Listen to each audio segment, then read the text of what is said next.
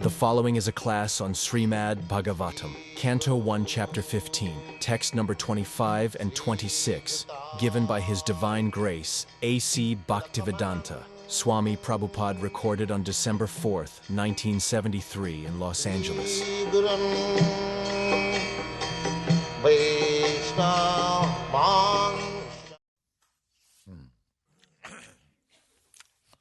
This is the theory of struggle for existence and survival of the fittest.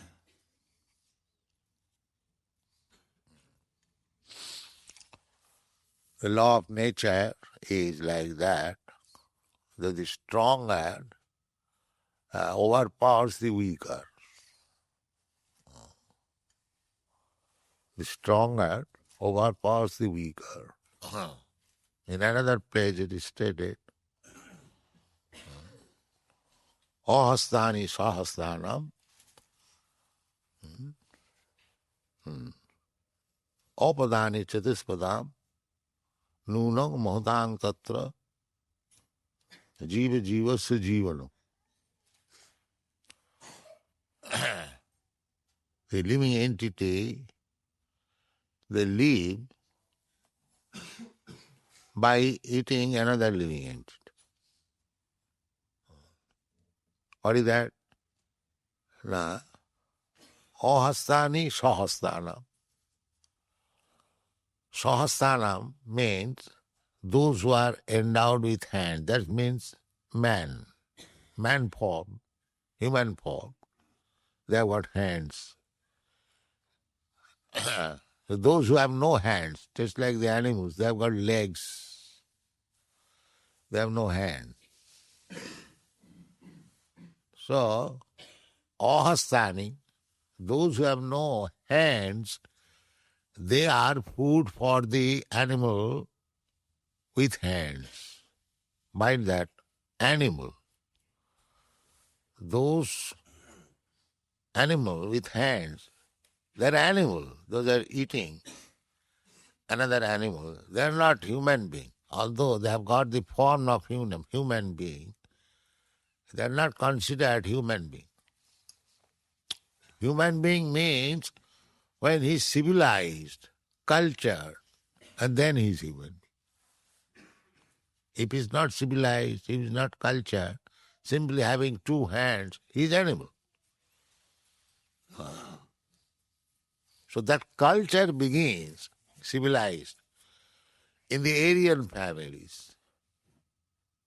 Therefore they are called Aryans, advanced. Aryan means advanced.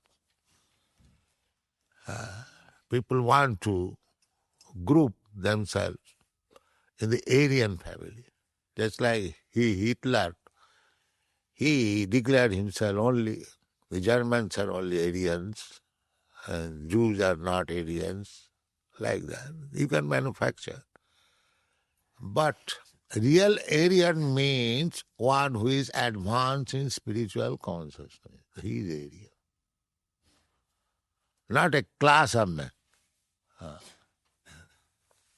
Aryan means is advanced in spiritual consciousness. The Aryan civilization is so eulogized because in the Aryan civilization there was Vedic culture. That is Aryan. Otherwise, ahastani sahasthanam, that is, apadani chatuspadam. This is going on, struggle for existence. In the primitive age, that human being, so-called human being, naked in the jungle, eating animals. The animals have no legs. The Darwin theory is that there was no civilized man, but gradually it has developed. It is not very clearly explained. He does not know what is the evolution. Evolution means to become civilized. That is evolution. or to advance in Krishna consciousness. That is evolution. So, this is the law of nature, that the weaker section is devoured by the stronger section. So here it is said, Jalokasang jale jadvat. In the water, there are so many aquatic animals. The struggle is going on. The stronger fish eating the weaker fish. This is going on. That is the law of nature. Therefore, meat eaters, so long they are like animals, they can go on with this nature's law. You are man, you are stronger. Therefore, weaker animal, cows and goats, you slaughter them. They are stronger bodily, but they have no intelligence. Man has got intelligence. If you misuse your intelligence in that way, you can do that. That is nature's law. But human being means culture, advanced in spiritual consciousness. That is human. So this consciousness is developing gradually. So unless you come to this platform, as Krishna says in the Bhagavad Gita, Chaturvannam maya system gunakarma vibhagasa. Then you must divide the society. Amongst the animals, there is no division. Everyone is on the same status. No. Because the aim is how to develop Krishna consciousness. Therefore, there must be some system. So that system, unless one comes to the platform of this Varnashram Dharma, 4 divisions, social division and 4 spiritual division, and those divisions are made by Krishna himself, Maya system, he says, that is natural, but by such an institution, we can gradually understand what is the aim of life. Varnasamacharavata purushena parapuman Vishnu aradhate pungsang nanna tattosu karanam.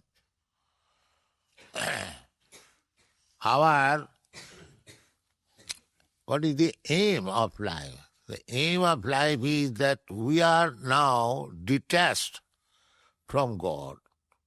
This is our position. Material life means detached from God, detached from Krishna. So this detachment is the cause of suffering. Mukho bahu urupadebhya purusasya asamaishaha jagnire chattara varna vipradaya gunat prithak. We are different parts and parcels of Krishna, God. So we must act accordingly. Just like my hand, hand is there. If the hand is in proper place, you can act nicely. But if I cut the leg and make hand, or hand make the leg, then it is all lost. All lost. One must act according to his qualification. That according to that qualification, the Brahmana, Kshatriya, Vaishya, Shudra, they are described in the Bhagavad Gita. This Brahmana means these are the symptoms. Sattva samadama titi karjava jnanam vijnanam astikam brahma karma sabhavajam. This is human civilization. We must train people in such a way that we must see that what is his quality, according to quality.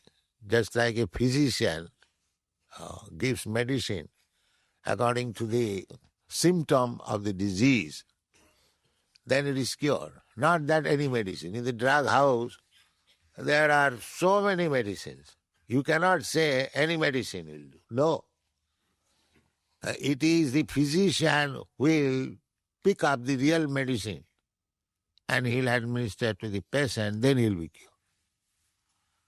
So this Varnashram Dharma means Chaturpannam Maya system Gunakarmi Bhakasa, from the animal position of the human being to bringing to the human position. That is Varnashram Dharma.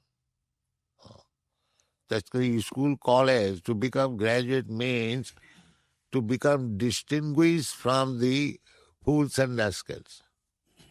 Similarly, human being does not mean the struggle for existence as though one big fish is eating another small fish, another. No, that is not human. That is natural, but you have to rectify the natural position for realization of the utmost aim of life. That is human life. Not to treat like animals. Sayabo go khara. So, that spiritual consciousness begins when one understands that his soul is not this body, his spirit soul. Aham Brahmasmi. Brahma means the spirit soul. And there human civilization begins. Otherwise, anarja justam. Krishna, when Arjuna was declining to fight, he chastised him that this denial is anarja justam. It is befitting for the anarja, those who are not advanced. One must do his duty. You are a Kshatriya. Your duty is to fight, to give protection to the citizen. So why you are denying this? So here the example is given. Jalu kusanjali jazvat mahanta adanti. Adanti means swallows up. Similarly, when the Jodhus became very powerful, because they are descendants of Krishna, who can be? So they were fighting anywhere, conquering anywhere and everywhere. They are victorious. So that was Bhubhara. Bhubhara means burden of the world. When one becomes extravagant and misuses his power, that is burden of the world. You cannot misuse it. You get power by the grace of God, by grace of Krishna. If you misuse it, then you become a burden. A burden. As soon as there is burden, then iti dharmasya glani, Krishna says, jada jada hi dharmasya glani bhavati. As soon as there is misuse of power, tadatmanam sijamam, he comes. So Jaduvamsa, Krishna's dynasty, when Krishna saw that they are becoming so powerful that unnecessarily they are fighting, therefore, to kill them, that fighting spirit was engaged for fighting amongst themselves one another. And therefore they are all. Fighting, there is necessity. But if you misuse that fighting spirit, just like at the present moment, the politicians, as soon as they see that they cannot manage things, in the country there is confusion, they declare some war, so that the whole attention may be turned that side, and there will be no agitation of the internal dissatisfaction. This is diplomacy. This is diplomacy. We have seen it in Pakistan. As soon as they cannot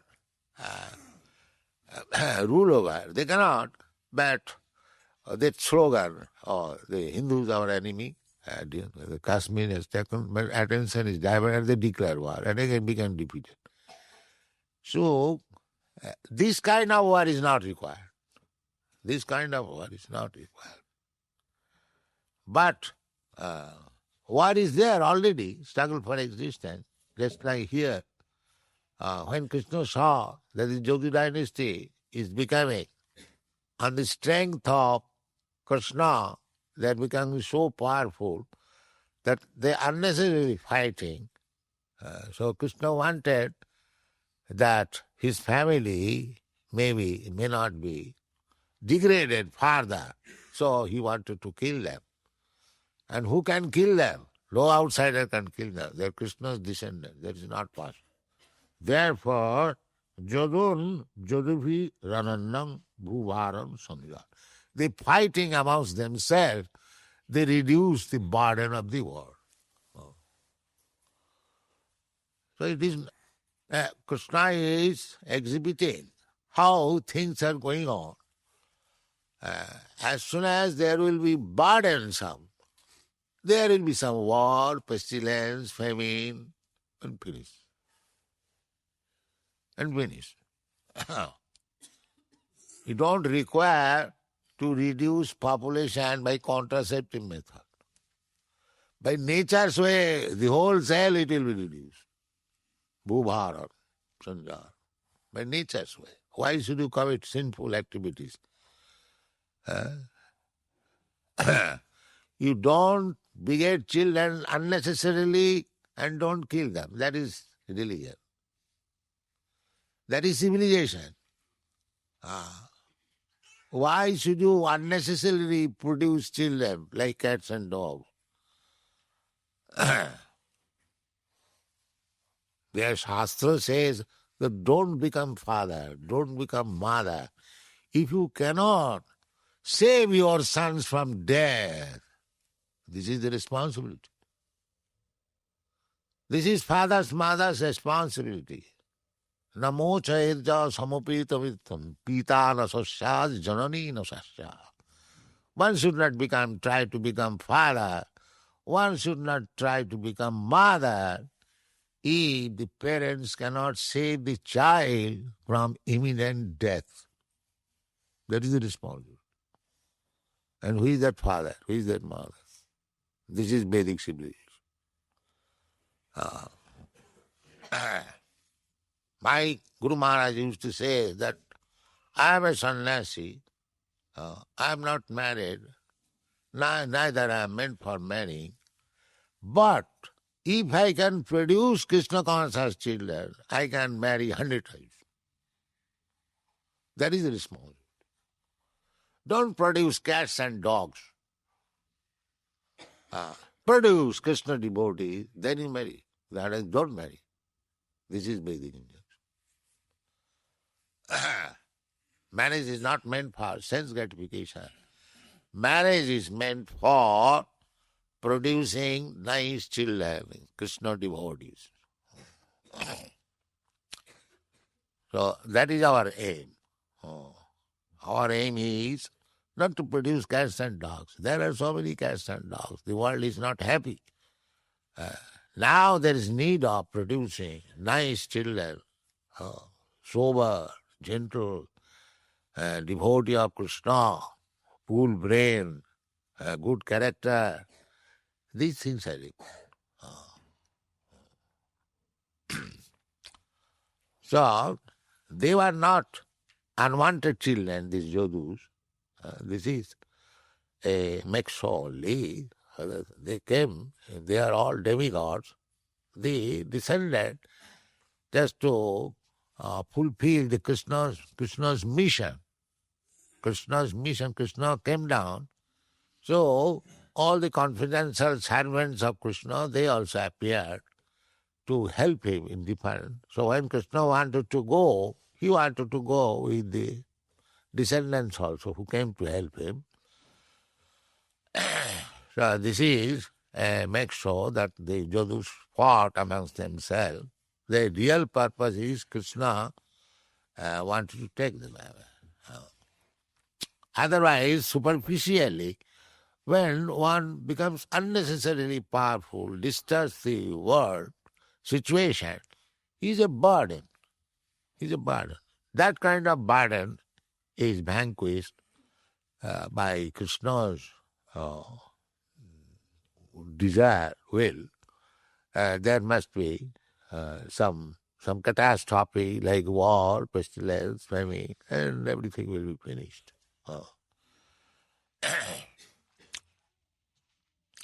So our duty is, the human form of life, duty is that we should know that we are eternal servant of Krishna, and forgetting our relationship, we have come to this material world, and there is struggle for existence, beginning aquatics. Jalajan was there, 900,000 species of aquatics. Who is that physiologist who can know 900,000 species of aquatics? But in the Shastra you'll find exactly, it doesn't say 901 or 899, no, 900,000 species there are. So, because we are in the material contact, and according to our desire, we are having different types of body, aquatics, trees, birds, like that. This is our botheration. Janma mrityu jara vyadhi. In this way, this is our problem. Therefore, human civilization means when people are interested to solve the problems. That is human civilization. Otherwise, animal struggle for existence. There is no human side, there is only animal side, struggle for existence. The human life is not for struggle, to become sober, not like animals. The animals are engaged whole day and night for searching out food and sense gratification, sex. That is not human civilization. Human civilization is meant for tapasya. Tapasya. You should know what is my responsibility. Tapasa brahmacharjena samena damena va. One should learn how to practice tapasya. Tapasya. This is tapasya, little tapasya. No illicit sex, no gambling, no meat eating, and no intoxication. This is tapasya. Little tapasya. Who is dying?